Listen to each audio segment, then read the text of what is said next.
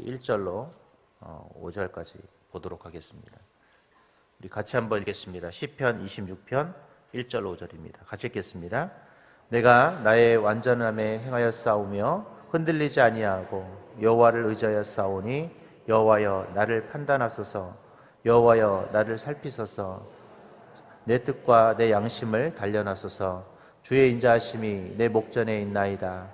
내가 주의 진리 중에 행하여 허망한 사람과 같이 아니하여 싸우니 간사한 자와 동행하지도 아니하리이다.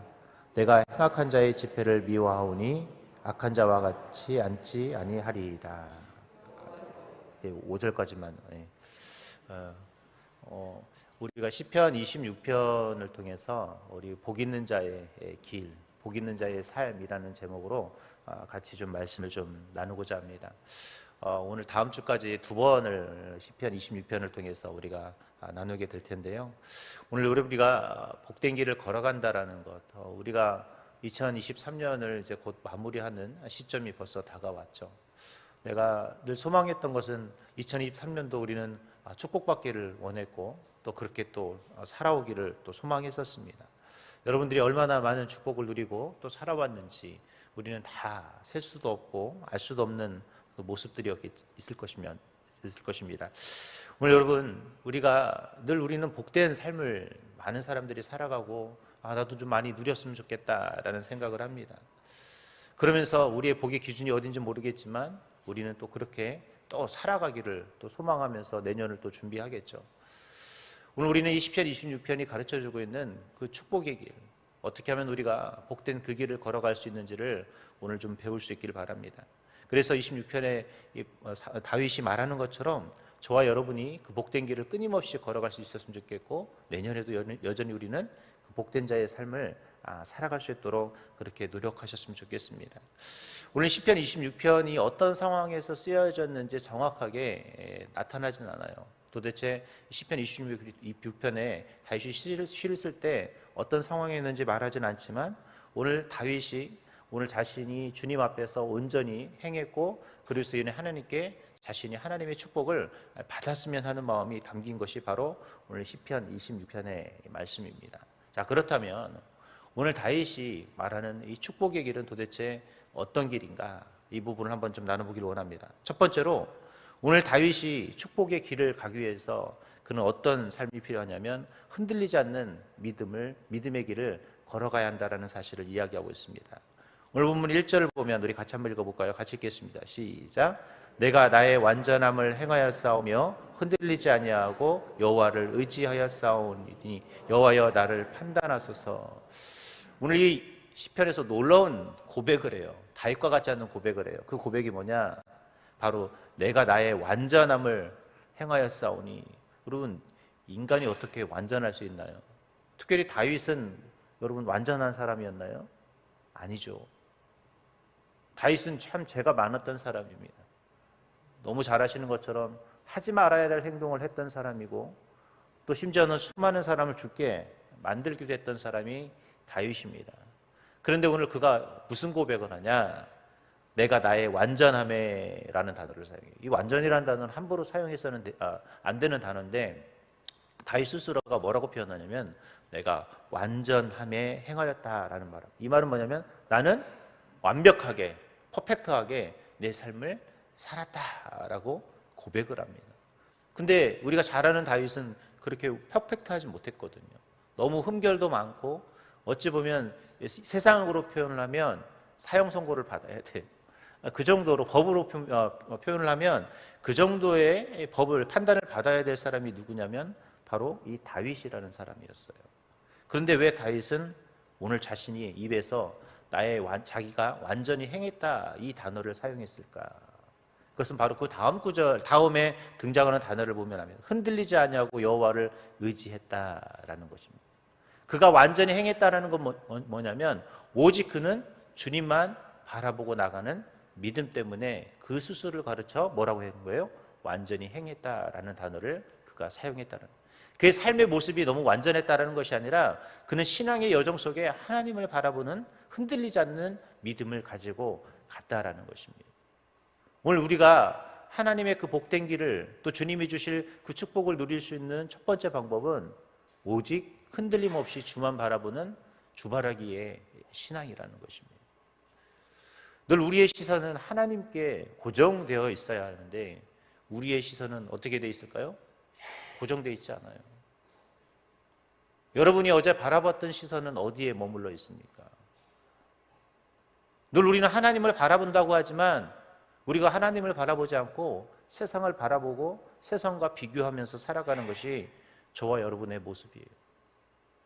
여전히 누군가 잘 되고 누군가 돈 많이 벌고 누군가 승진하고 어떤 자녀는 뭐 좋은 대학교 가고 누구는 뭐 하는 일마다 형통하게 잘 된다라는 그 기준이 우리의 기준이라는 것이죠.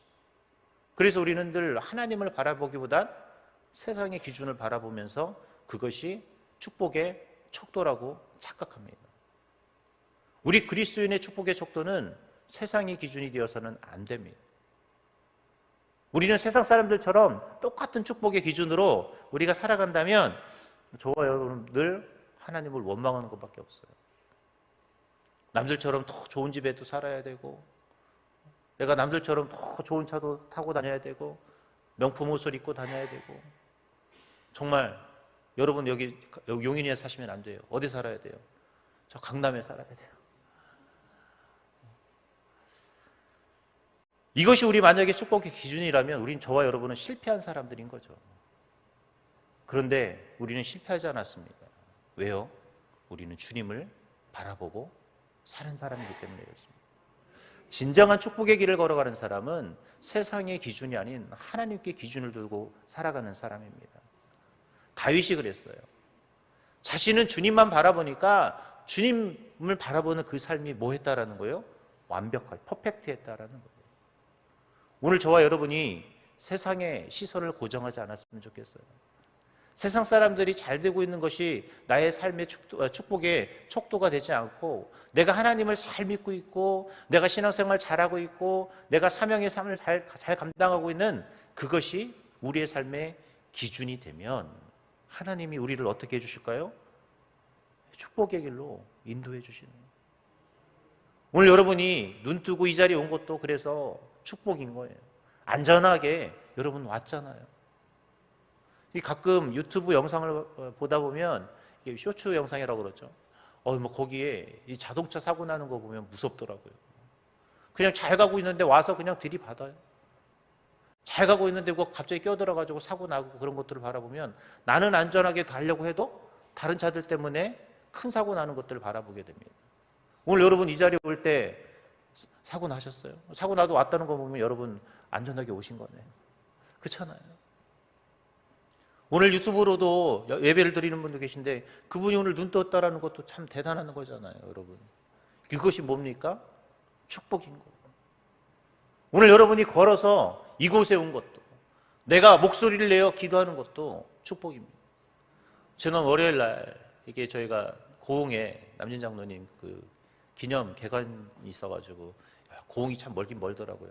4시간 반, 5시간 정도 걸리는데 거기 갔는데 그날 우리 박지원 목사님이 오시기로 했는데 안 오셨어요. 근데 전화를 해봤더니 소리가 안 나셔. 목이 너무 심하셔가지고. 여러분 제가 그때 무슨 생각 든지 아세요? 저 찬양을 잘하시는 박지원 목사님도 목소리도 못 내네. 나는 막 얘기하고 있는데 뭔 얘기하는데 답을 안 하세요. 목이 감기가 너무 심하게 걸리셔가지고. 여러분 내가 말할 수 있는 것도 은혜라는 거예요. 여러분들이 지금 아멘 하는 것도 뭐예요? 축복이에요. 이 모든 것이 뭐냐? 하나님만을 바라보고 내가 나가는 그 모습, 하나님이 주신 모든 상황, 내가 지금 거의 숨쉬고 살아가 있는 것조차도 내가 하나님의 은혜 아니면 살아갈 수 없고 하나님의 축복이 아니면 살아갈 수 없는 그 놀라운 축복이라는 사실을 여러분이 기억했으면 좋겠습니다. 뭔가 많이 줘야, 많이 받아야, 많이 누려야 그것이 축복이 아니라 내가 예수님을 알고 있고 하나님을 믿고 있는 것 자체가 이미 놀라운 축복을 우리가 누리고 있다는 사실입니다. 그래서 오늘 여러분 주바라기의 신앙을 버리지 않기를 바랍니다. 여러분들이 무언가를 판단하고 무언가를 정말 기준으로 삼을 때 반드시 내가 주를 바라보고 주님 입장에서 이것을 판단하고 바라보고 있는지를 여러분이 계산해 봐야 돼요. 자꾸 세상 사람들처럼 내가 얼마나 통장에 들어있느냐, 내가 얼마나 좋은 곳에서 살고 있느냐, 얼마나 내가 많은 것을 누리고 있느냐가 기준이 되지 않아야 돼요. 내가 정말 주님을 바라보고 있는가, 내가 주님 때문에 행복한가, 내가 주님과 함께하는 것이 때문에 내가 지금 정말 진정한 축복을 누리고 있는가, 이것이 기준이 될 수 있길 바랍니다. 두 번째로 오늘 이 사도 바울이 다윗이 뭐라고 표현하고 있냐면 바로 오늘 우리 깨끗한 마음을, 깨끗한 양심을 가지라고 말합니다. 우리 2절 같이 한번 읽어볼까요? 시작. 여호와여 나를 살피소서 시험하사 내 뜻과 내 양심을 단련하소서. 이 양심을 단련한다, 이 단련한다는 단어가 뭐예요? 불순물을 제거한다라는 뜻이에요. 여러분, 용광로에 불순물에 철가루를 집어넣으면 나쁜 것들을 다 걸러내고 순수한 철을 만들어냅니다. 이 단련이라는 단어는 뭐냐면 불순물을 제거하는 거예요. 단순히 나를 단단하게 하는 것이 아니라 그 재련의 과정을 통해서, 단련의 과정을 통해서 내 속에 있는 불순함들을 제거하는 것입니다. 오늘 우리가 깨끗한 양심을 가진다라는 것, 다니엘과 같은 삶을 살면 되는 거예요. 다니엘은 세상과 타협하지 않습니다. 그는 우상의 제물 앞에서 그는 그것을 거부했고 어찌 보면 죽음을 작정한 시도였죠. 다니엘의 세 친구도 어떻습니까? 우상에게 절하는 그것에 어떻게 해요? 거부하죠. 그는 불 속에서 그가 타 죽을 수 있을 것이라는, 타 죽는다라는 그런 고난 속에서도 그는 믿음을 선택한 것이죠. 그런 거예요. 우리가 선한 양심, 깨끗한 양심, 우리가 좋은 양심이라는 것은 뭐냐? 나를 어떻게 하는 거예요? 내 속에 있는 불순물들을 제거하는 과정입니다. 우리의 신앙도 마찬가지입니다. 저와 여러분이 드려지는 그 예배와 기도와 봉사와 전도와 헌신과 이 모든 것들은 어찌 보면 내 불순물을 제거하기 위해 내가 하나님 앞에 애쓰는 일인 거예요. 우리는 내가 그걸 통해서 무슨 축복을 받는다라는 착각을 하는데 어찌 보면 우리는 예배를 통해서, 기도를 통해서, 내 헌신과 내 전도와 봉사와 이런 모든 것들을 통해서 내 안에 있는 불순물들을 어떻게 하는 거예요? 제거해 나가는 과정이에요. 여전히 우리는 삶의 앙금들이 남아 있습니다. 우리는 다 용서한 것처럼 보여요. 우리는 정말 온전한 그리스도인처럼 살아가는 것처럼 보이는데 딱 뭔가 하나 걸리면 어떻게 될까요? 그동안 쌓았던 저 불순물들이 다 올라오죠. 다 올라오죠. 겉으로는 너무나 깨끗한 것처럼 보이는데 한번 문제가 나를 휘저어 놓으면 온갖 잡다한 것들이 다 올라와서 어떻게 해요? 내 본 모습이 등장을 하죠. 저도 약간 성격이 되게 온순한 것처럼 보이지만 제가 화가 나면 막 목소리가 막 높아지고 언성이 높아지고, 저도 막 불같은 사람이거든요. 참 그런 모습을 볼 때마다 덜 성숙했구나 라는 생각을 할 때가 많습니다. 약간 저는 억울한 일 당하면 막 목소리가 되게 높아지거든요. 진짜 억울한 일 당하면 소리가 너무 높아져요. 그래서 막 너무 화가 나니까. 근데 그때마다 제가 드는 생각이 뭐냐면 역시 너는 덜 성숙했어. 그걸 참 억누르려고 노력하지만 참 쉽지 않아요. 근데 우리가 가져야 될 모습이 뭐냐면 그것조차도 사실은 걸러낼 필요가 있거든요. 내가 화낸들 결국 누구만 손해예요? 나만 손해예요. 여러분, 화내면 나만 손해예요. 사실 화내고 나서야 알잖아요. 나는 너무 좋았던 것 같아. 내 의로움을 표현했던 것처럼 보이지만 사실 지나고 나면 그것 때문에 속상하고 내가 괜히 왜 화를 냈을까? 화 안 내도 되는 건데, 내가 그냥 누군가 상처를 안 줘도 되는 건데 왜 그랬을까 하면서 후회하는 것이 사실 우리의 모습이죠. 우리는 정말 단련될 수 있길 바랍니다. 내 안에 불순물들을 제거하고 깨끗한 양심을 가질 수 있도록 오늘 하루 노력하십시오. 그러면 주님이 우리가 복된 자의 길을 걸을 수 있도록 도와주실 것입니다. 오늘 세 번째로, 오늘 우리가 주님의 진리 가운데 행하는 삶을 살 때 우리는 복된 길을 걸어갈 수 있다는 것입니다. 오늘 본문 3절부터 5절까지가 바로 그런 이야기인데요. 우리 5절만 한번 읽어볼까요? 같이 읽겠습니다. 시작. 내가 행악자의 집회를 미워하오니 악한 자와 같이 앉지 아니하리이다. 오늘 이 말씀 보면 여러분 떠올라야 될 시편이 있어요. 시편 1편입니다. 복 있는 사람은 죄인의 길에 서지 않냐며 오만한 자의 자리에 앉지 않냐고 하면서 쭉 나오죠. 오늘 다윗이 진리 안에서 행하는 삶, 즉 악한 자의 길에서 떠나는 삶, 우리가 어떤 길이요? 정말 복 있는 자의 길 가운데 서는 그 삶을 이야기하고 있는 것이에요. 오늘 그러면서 4절에 보니까 우리가 이런 진리 중에 해가기 위해서는 어떤 일을 하였냐면 동행하는 친구를 잘 두라고 말합니다. 오늘 보면 4절에 보니까 허망한 사람과 같이 앉지 아니하였사오니 간사한 자와 동행하지도 아니한다. 여러분, 누구와 내가 동행하느냐가 그래서 참 중요한 거예요. 여러분의 주위에는 어떤 사람이 존재하나요? 나를 진리 가운데 인도해 줄 사람이 여러분 주위에 동행하시나요? 아니면 나를 죄악의 굴레 꼬드기는 사람이 여러분과 동행하시나요? 여러분, 친구도 참 잘 두어야 됩니다. 내 옆에 불평하는 사람을 두면 불평합니다. 내 안에 감사하는 사람을 두면 그 사람의 모습은 감사로 바뀌게 되어 있어요. 여러분, 누구와 여러분 동행하십니까? 여러분의 배우자가 혹시 불평하는 사람인지, 여러분의 동료가 혹시 불평하는 사람인지, 그 불평을 감사로 내가 바꾸십시오. 그 사람의 문제뿐만 아니라 내가 그 불평자가 될 수 있고 내가 반대로 감사자가 될 수도 있는 거예요. 여러분들이 그런 분이 될 수 있길 바랍니다. 두 번째로 계속해서 뭐라고 하냐, 악인의 집회를 멀리 한다고 그랬습니다. 여러분, 모이는 곳도 좋은 곳으로만 다니십시오. 늘 은혜가 있는 곳으로만 다니셨으면 좋겠어요. 자꾸 정말 말씀이 있고 기도가 있고 이런 곳에 여러분 우리가 다녀야 우리의 모습도 좋은 모습이 되는 거예요. 자꾸 악한 곳으로 가면 우리가 진리 가운데 행할 수가 없습니다. 이제 말씀을 맺도록 하겠습니다. 우리가 오늘 시편 26편을 통해 이제 복된 자의 모습, 복된 자의 길을 거래돼서 우리가 좀 계속 살펴볼 때 오늘 세 가지만 먼저 살펴봤어요. 첫 번째는 우리가 흔들리지 않는 믿음이 길을 걸 때 우리는 복되다고 말했고, 우리가 깨끗한 양심을 가질 때 우리는 복되다고 말씀을 드렸고, 우리가 또 진리 가운데 행할 때 우리는 복된 자가 될 수 있다고 말씀드렸습니다. 오늘 여러분의 삶이 그런 복된 자의 길을 걸어가는 하루가 될 수 있길 바랍니다. 오늘 그래서 저와 여러분이 복 있는 사람이 되는 멋진 하루가 될 수 있기를 주님의 이름으로 기도하겠습니다.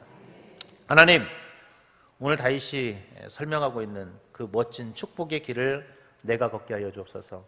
오늘 축복의 주인공이 내가 되는 놀라운 은혜를 주게 주시고, 오늘도 내 삶의 그 여정 속에 하나님이 동행하여 주셔서 나의 삶이 복되게 하시고, 나의 삶이 기쁘게 하시고, 나의 삶이 행복한 오늘 하루가 되게 하여 주옵소서. 오늘 이 새벽에 주님 앞에 기도할 때 그런 은혜와 그런 기적이 더해지기를 간절히 소망합니다. 하나님, 도와주셔서 오늘 나의 삶이 주바라기가 되는 삶, 깨끗하고 거룩한 양심을 갖는 삶, 진리 가운데 거하는 흔들림 없는 믿음의 삶이 될 수 있도록 주님 함께하여 주옵소서. 오늘도 주님 앞에 감사의 마음으로 감사헌금을 드리는 귀한 손길들이 있습니다. 또 주님 앞에 작정헌금으로, 또 주님 앞에 추수헌금으로, 또 주님 앞에 이렇게 1,000번째로 주님 앞에 귀한 예물을 드립니다. 하나님, 이 귀한 예물 주님이 온전히 흠명하여 주시고, 하나님, 더 많은 감사와 더 많은 작정을 통해 하나님께 영광 돌려지는 축복의 삶이 되게 하여 주시옵소서. 오늘도 부르짖는 우리의 입술을 주님이 주장해 주시고, 오늘도 부르짖을 때 응답으로 주님은 역사하여 주옵소서. 우리 주 예수님의 이름으로 기도합니다. 아멘. 하늘에 계신 우리 아버지여, 이름이 거룩히 여김을 받으시오며 나라의 마옵시며 뜻이 하늘에서 이룬 것 같이 땅에서도 이루어지이다.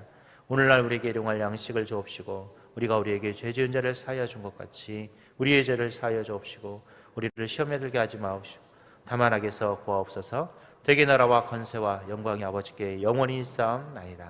아멘. 이 시간에 같이 기도하는 시간 갖도록 하겠습니다. 우리 먼저 우리 산 담임 목사님을 위해서 기도해 주셨으면 좋겠습니다. 우리 목사님 또 오늘 사역도 감당할 때 하나님께서 영권이고 물권의 축복을 더해 주시고 그 사역을 감당할 수 있는 힘과 능력을 허락해 달라고 기도해 주셨으면 좋겠습니다. 뿐만 아니라 하나님, 오늘도 간절한 기도 제목으로 나온 우리 거룩한 주님의 자녀들의 기도 제목 가운데 주님 응답해 주시고, 오늘도 부르짖는 나의 입술 가운데 하나님 기적으로 능력으로 하나님 역사해 달라고 이 시간 한 목소리로 주여 삼창하고 한 목소리로 기도합니다. 주여, 주여, 주여.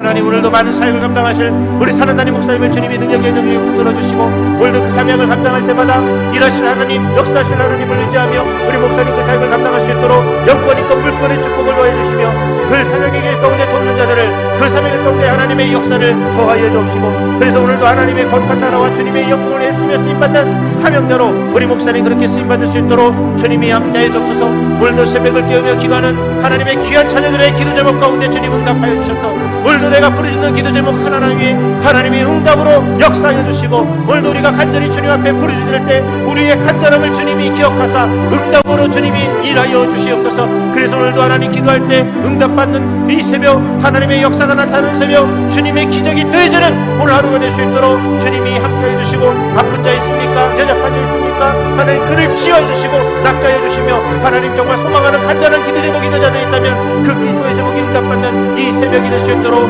주님이 일하시고 주님이 역사하여 주시옵소서.